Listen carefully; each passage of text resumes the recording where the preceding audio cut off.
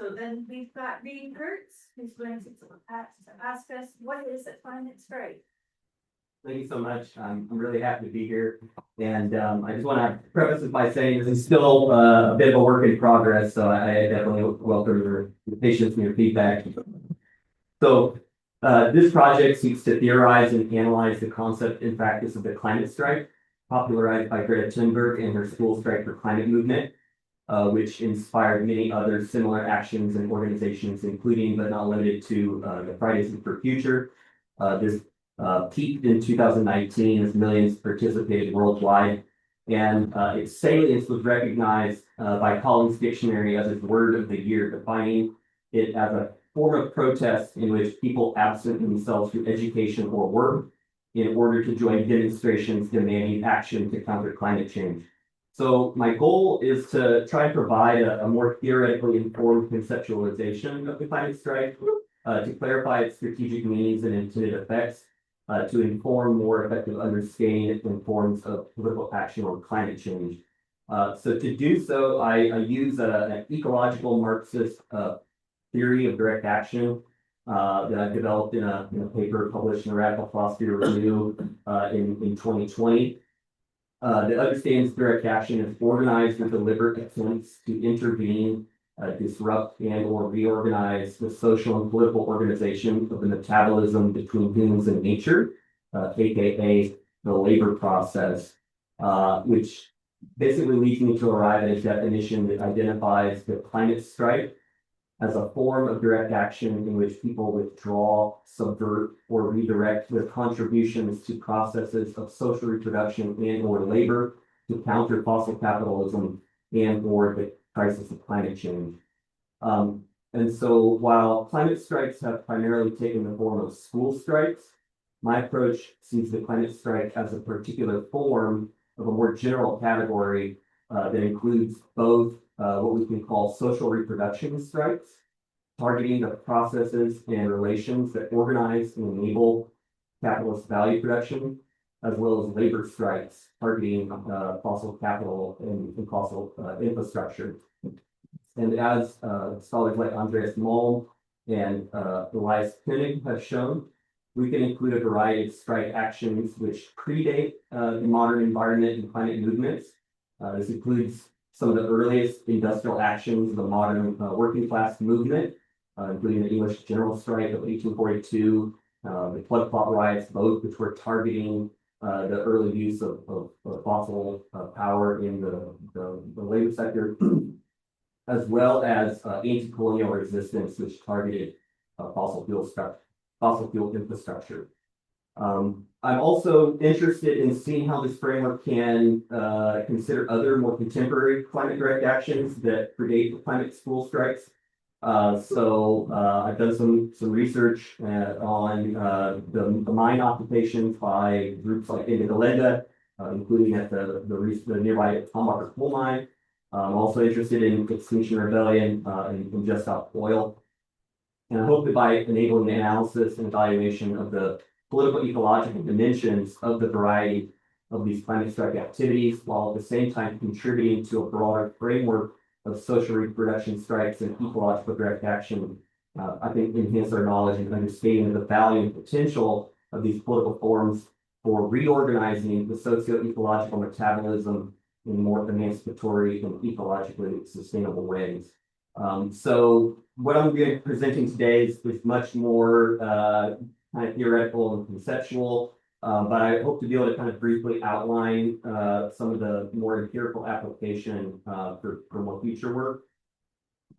So I hope my conceptualization can provide more clarity regarding the diagnosis and solution to the problem of climate change, and thereby clarify the strategic and prefigurative value of the climate strike.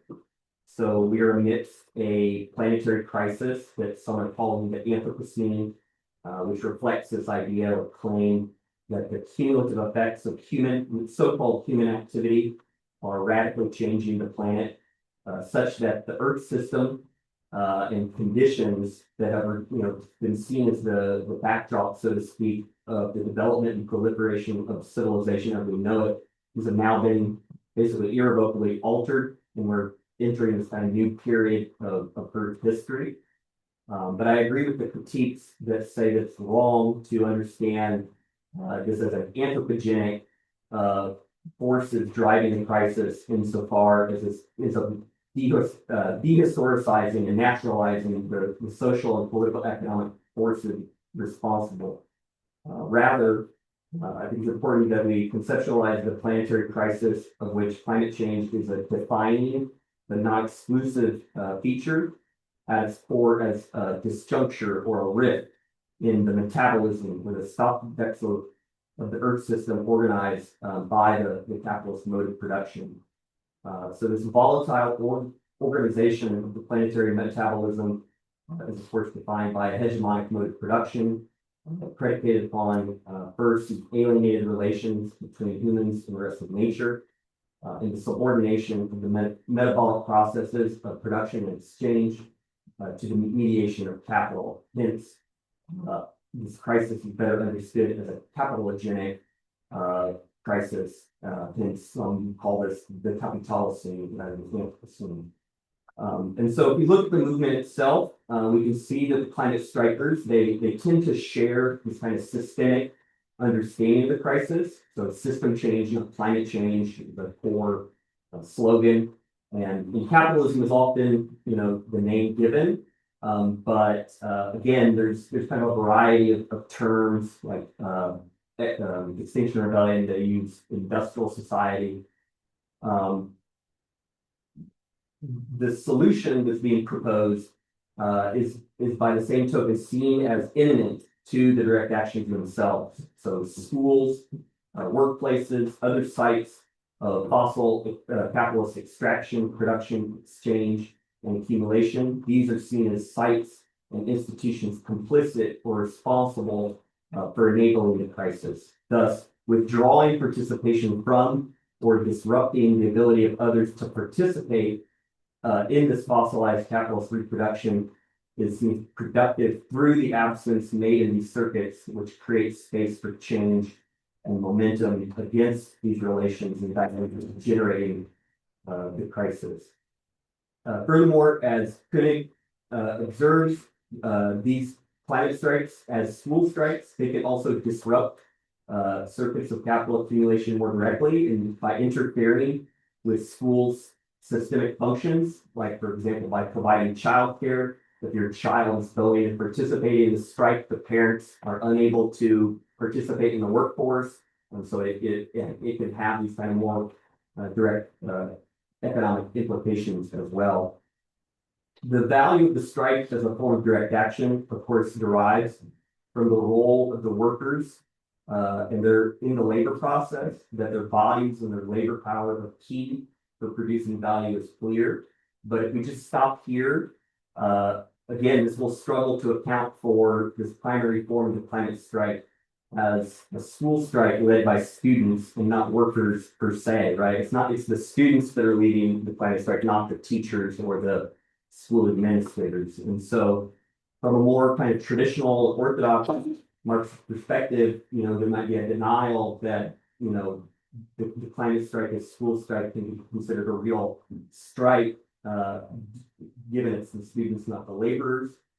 But again, I think this kind of neglects the role that sites and institutions of social reproduction play in ordering the system driving the crisis. So the organization of capitalism as a political ecological regime depends on these extra economic institutions, including but not limited to schools, hospitals, and other places beyond these immediate sites of value production. And so these apparatuses of the integral state, in Gramsci's terms, not only just help to reproduce the hegemonic order, but as again, Marxist feminists, social reproduction theorists, and political ecologists have shown, the production of capitalist value itself is dependent upon and enabled by the underpaid and appropriated work by women, children, and even nature itself.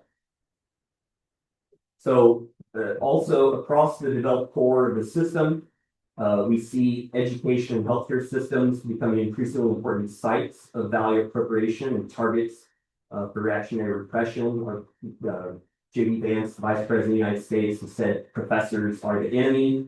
And so we see how capital's exhaustion of relative surplus value in these more traditional economic sectors leads it to find new sectors of accumulation, and thus you see right-wing forces increasingly targeting these institutions for more control and to institute these regimes to appropriate value there as well. So expanding the concept of the strike to include these forms of action that are not strictly speaking economic, again, beyond the direct circuits of capital's value production accumulation, I think is valid here because of the role that they play in social reproduction, as well as the ubiquitousness in the actually existing movement. And so another contribution I think that this can help provide is to try and highlight what I think are the more material dimensions and not merely the discursive or symbolic processes in the intended effects. So thinking about climate change as for ecological phenomena, I think is important insofar as symbolic action does matter, and it is an important motivation for the movement. But I think there's been a tendency to maybe overemphasize some of the kind of symbolic or communicative dimensions in getting away from, I think, the underlying necessity of keeping fossil fuels in the ground as a means of addressing the crisis. And so I agree with Malm and others arguing we need greater attention to the historical necessity of escalating these confrontations, which again demands kind of materialist analysis and insists upon the potential of direct action. So again, schools, they're not economic sites of production in the strict sense. As the output of the production process is not the commodity per se, but again, a student formally retaining their identity and autonomy, even if, again, a key function of schooling is the production of subjects of labor, power, and information. And I've already talked a little bit about how, again, schools are becoming sites of capitalist accumulation strategies, increasingly subject to organization and automation and characteristic of capitalist work sites, pursuing that ever-ephemeral relative surplus value. And so, again, schools matter not just because they produce value, but they enable capitalist value creation, accumulation, sites of social reproduction, through the development of future workers, as well as in the production and maintenance of hegemony, through dissemination or reproduction of dominant norms and identities. Schools are integral to the production of hegemony in the ethical political sense, insofar as they instill identification with the interests and objectives of the hegemonic class through production and organization of consent. And for capital and capitalist nation state formation, schools are key sites for the social reproduction of subjects competing in a world market. So the participation of workers like teachers, administrators, as well as the subjects of education, students, in an orderly, consensual manner, which is integral to the sustained reproduction of new generations of capitalist subjects and national citizens, as well as the creation and maintenance of consent in society more broadly. Hence, again, there's material and social implications from the organized withdrawal, redirection, and subversion of participation and engagement in these educational processes relevant for this circulation of capital and generating a crisis.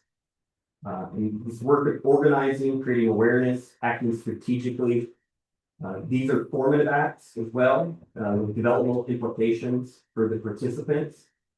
This is why, classical Marxists like Trotsky and Luxemburg and others argue this strike provides important training grounds for revolutionary action and organization.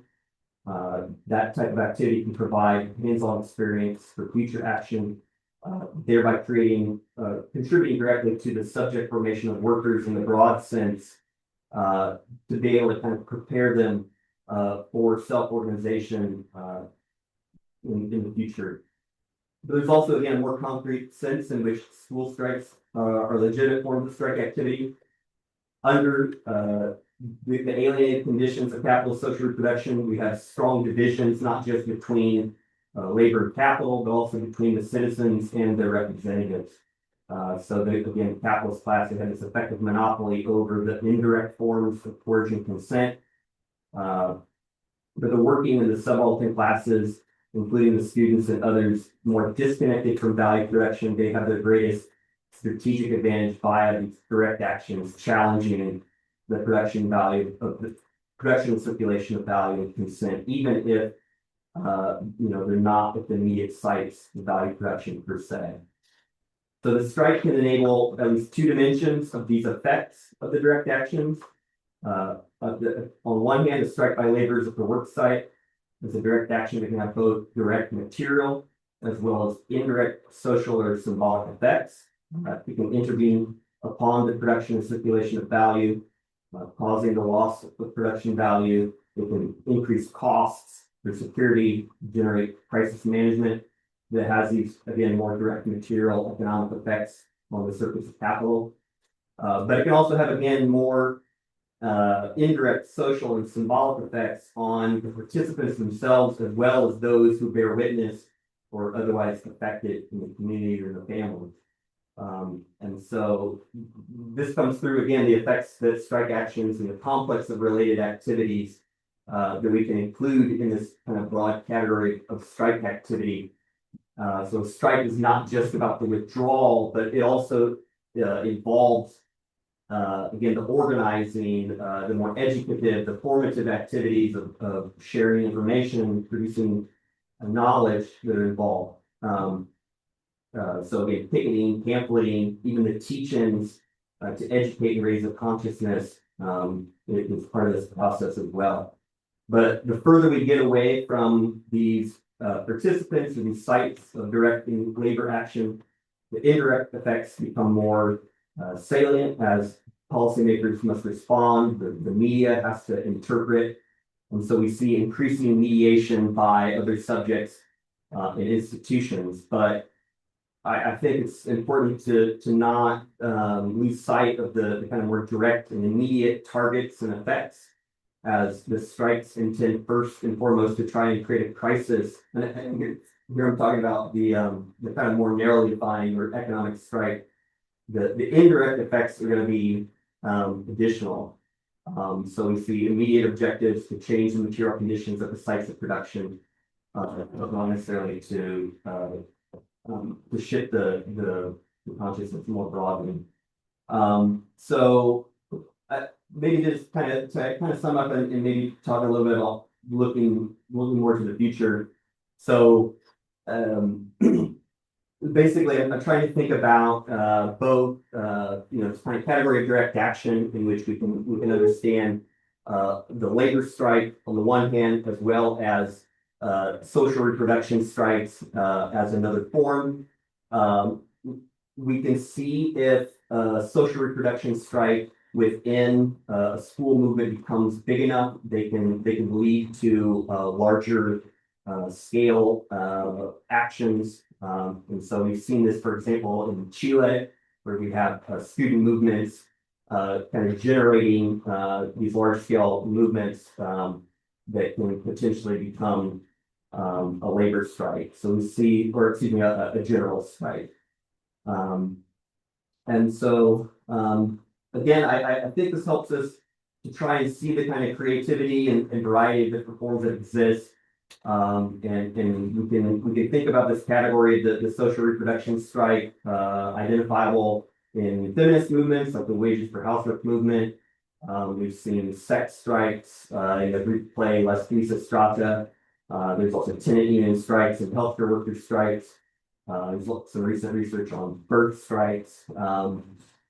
And so in trying to think about, again, some of the kind of creative potential in terms of the kind of more direct democratic organization of the social reproduction and organization of metabolism between humans and nature, I think there's kind of an imminent potential here that, again, I want to explore a little bit more empirically, focusing on the school strike as the kind of prototypical case, but also looking at, again, kind of Indigo Linda and Just Stop Oil and the XR movements as kind of the boundary cases for, thinking about the boundaries between strike actions and just direct action, more generally. So I'll just wrap up for now, and thank you very much.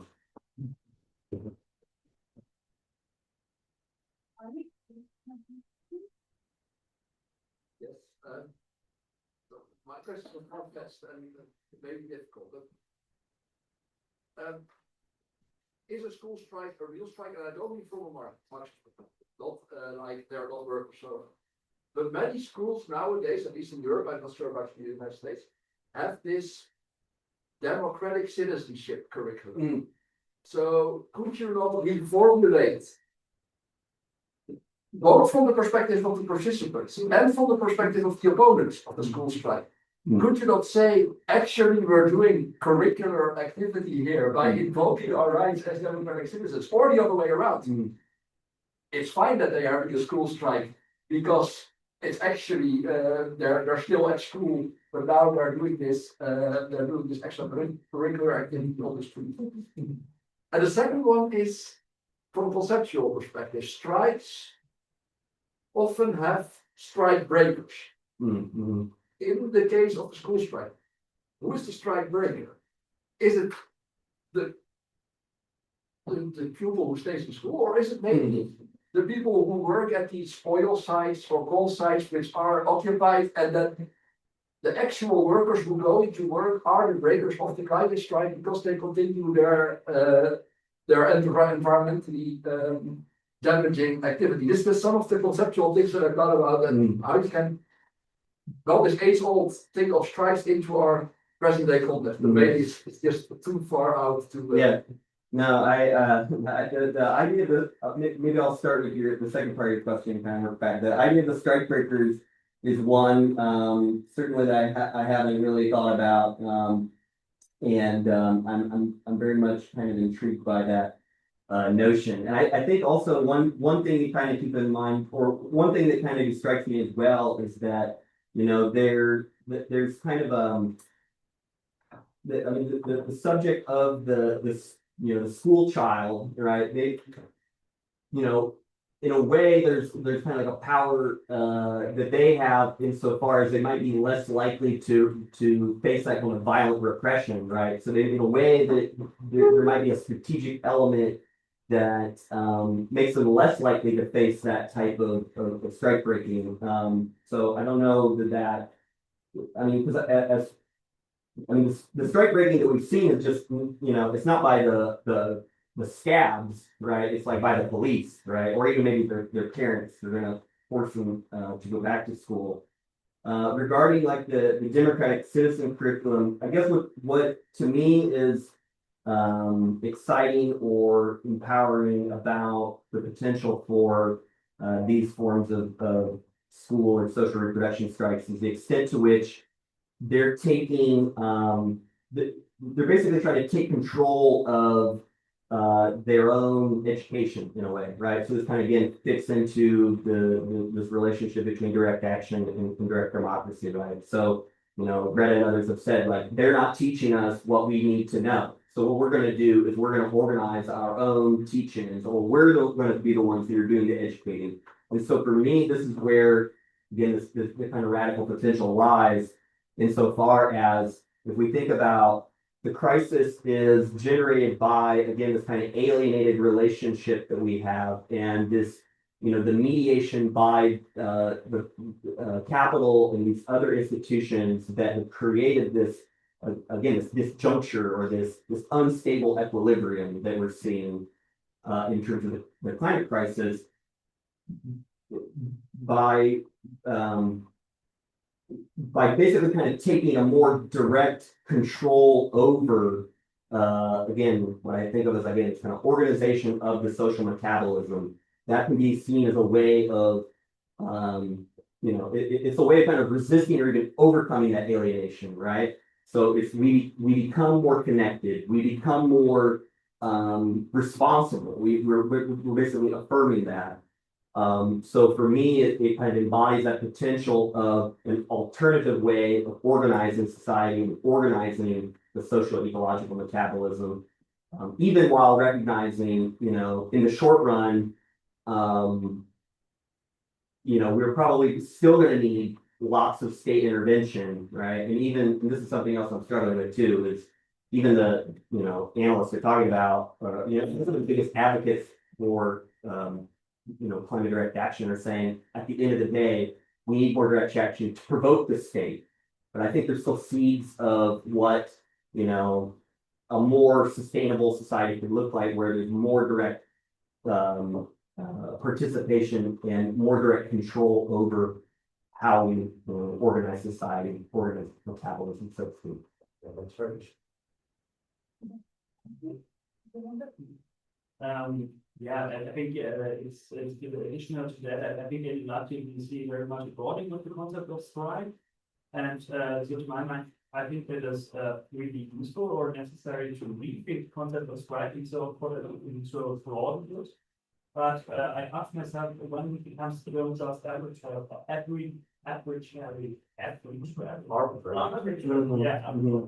So because for example, when for example, schools kids organize a demonstration which is registered outside of the school time, so in the afternoon, right?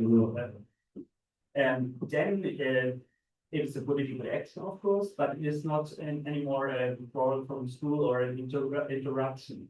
I will not judge about it if it's good or bad or whatever, but at that point, I, for myself, cannot speak about strike anymore. It's another form. I think it's also important to be clear at this point, that I would like to hear your opinion when it becomes arbitrary. And the other question, or another question is you mentioned at the end of the talk also some other lines of thought, for example, feminist strikes, and I think also in the concept of feminist strike, there was really this renewal, and we're thinking of the concept of strike, and you also relate to that, or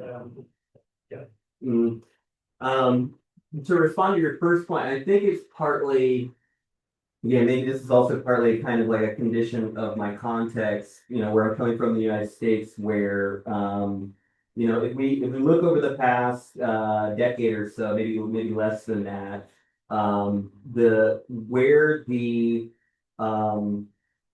where we've seen the kind of most organized and even like militant or the strongest union movements and syndicalist actions that we've seen have not been within like the traditionally narrowly defined value production sectors. It's actually been, again, teachers unions.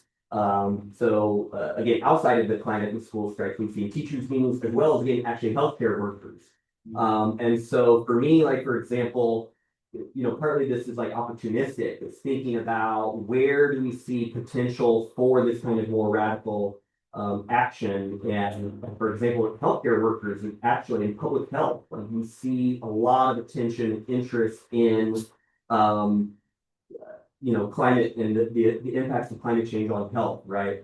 Now, obviously, the strategic implications of nurses walking out of a hospital is gonna be a challenge, you might say. But at the same time, I think kind of going back to the presentation that was talking about the sit down strike versus the walk off strike, right? I could imagine a scenario in which the healthcare workers are going to say, we're going to continue providing healthcare, but we're not going to be, for example, filing the reports to the insurance industry, for example.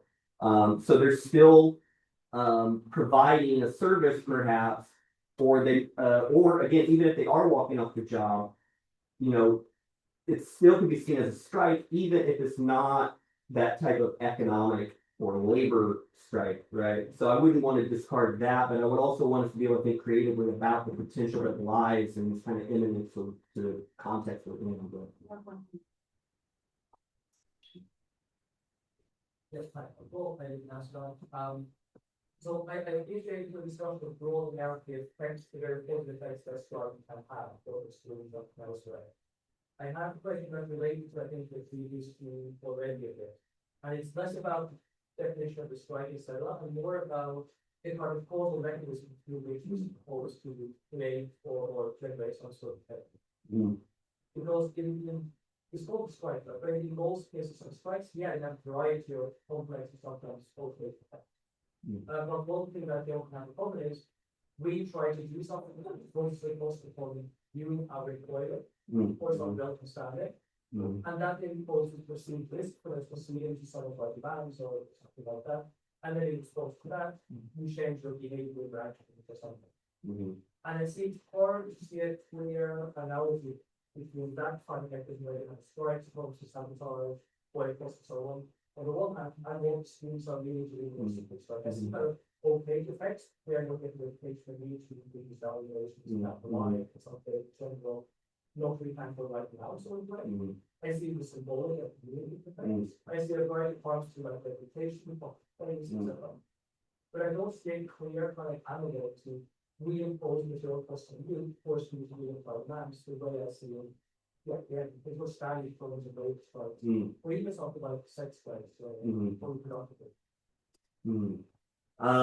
I wonder if, and again, I think, like I said, I And the one post about it, I think that's fine. yeah. So it's Oh, quick answer.